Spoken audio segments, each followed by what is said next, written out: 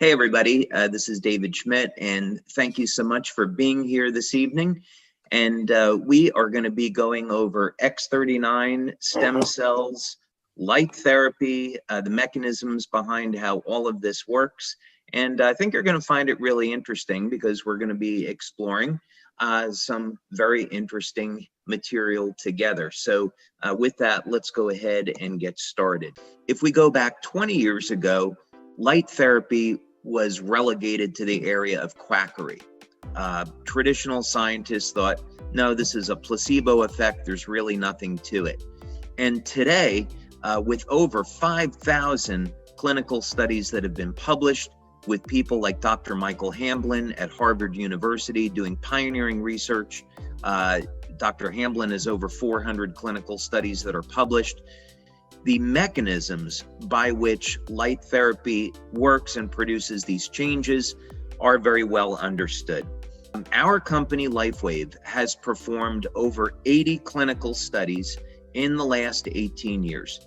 So we have created an enormous body of scientific research that tells us how the patches work. Okay, well, let's just start over here. We see we have different wavelengths of light. And in this example, the wavelengths are in the near infrared band, but we can see cellular change in the visible band of light as well. But what's generally accepted is that, and what has been demonstrated and shown, is that wavelengths of light in the near infrared are going to increase production of cytochrome C oxidase. This is, of course, very significant and important because of cytochrome C oxidase's role in the electron transport chain. And the electron transport chain, of course, is involved in producing energy from carbohydrates and fats in the mitochondria.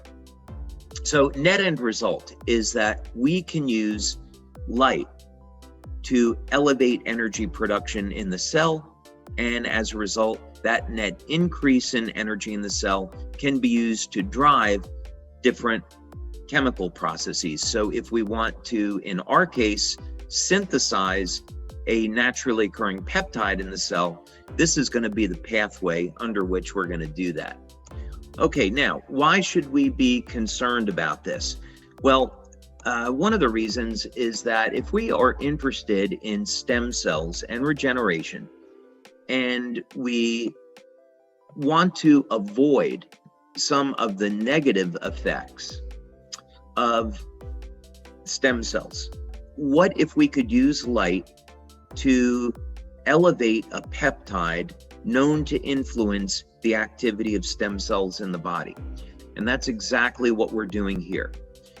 Now, Dr. Loren Pickart has spent over 45 years investigating copper peptide. As a matter of fact, he is the scientist that discovered copper peptide.